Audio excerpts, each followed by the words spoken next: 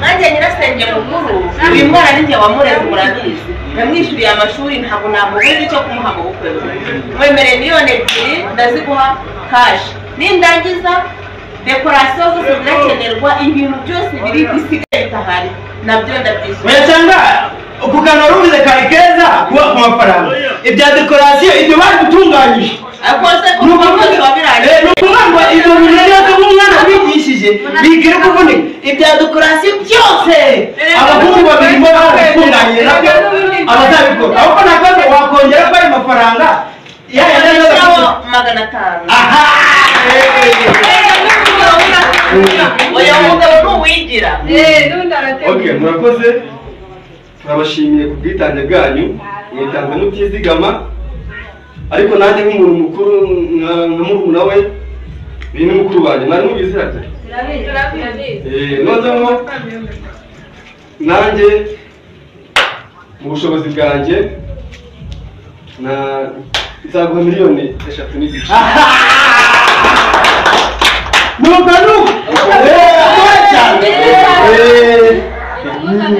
yari yambwiye ati ariko njyewe umugeni wanjye nanamubereka kugira ngo nawe mubone ko muri gutera inkunga koko afite gahunda oya nibyo none amatsiko yo kumureba oya ntabwo ubeshye ndabona n'amasaha yarageze ahubwo ari mu nzira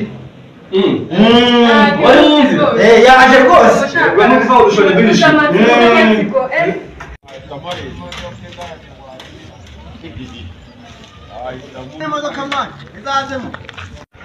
twishimiye kubona uwo mushyitsi rero waje ntabwo mwishimiye Salam alaikum, salam alaikum, salama, oh my god, salama, Yesu, nezute, share, oh my god.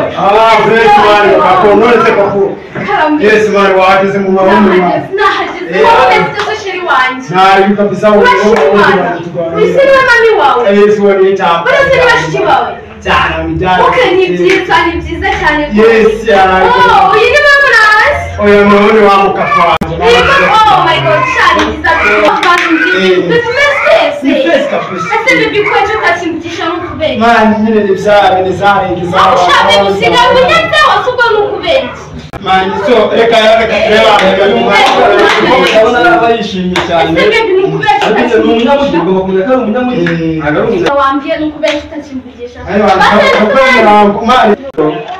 turagiye kure reka tubanza twumve icyatuzanye hano cyatuzanye hano twumve mbese tutaba tuzi tuvuga tuti twakwisha tukakira ameze bite reka twumve muri rero watubwira murakoze ntimubyumve nk'ukundi uyu mwana atutse mu mujyi wa Kigali urumva muri Kigali nyine barisanzura tu rero iki gihe hari imvugo nyine zitandukanye ariko kubera ko arizo amenyereyemo mu mwihanganire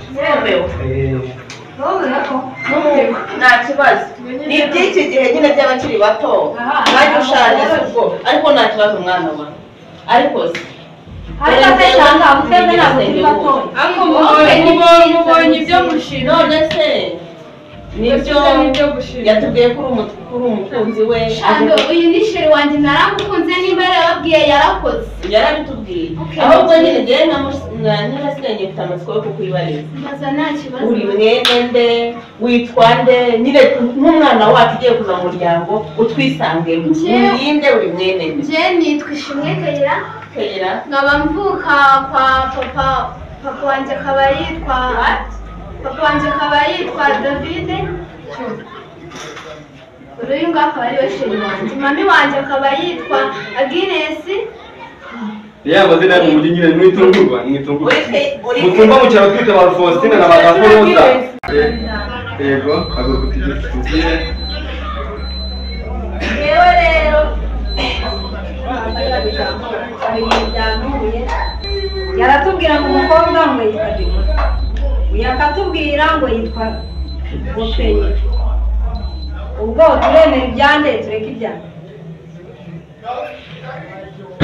aho hantu hari bakabazo wenda cyangwa wenda ukabusa senyine kwa mwumvise icyo zina ni izina namwita yitwaga atukiri mu cyaro akiri mu cyaro batari bimuka ngo bajye i Kigali n'ubundi yagitwara atukiri mu cyaro njye ntabwo nitwa David njye banyitaga kera kuva kera babyumva neza byagenze ndabona da ariko rero ese ubu hano hantu n'abantu muri uyu muryango harimo amafaranga ushobora kubona ukigendera ibyangombwa byose please yewe kubwira hano niba ari amafaranga niba ari anjye nigendere byumva neza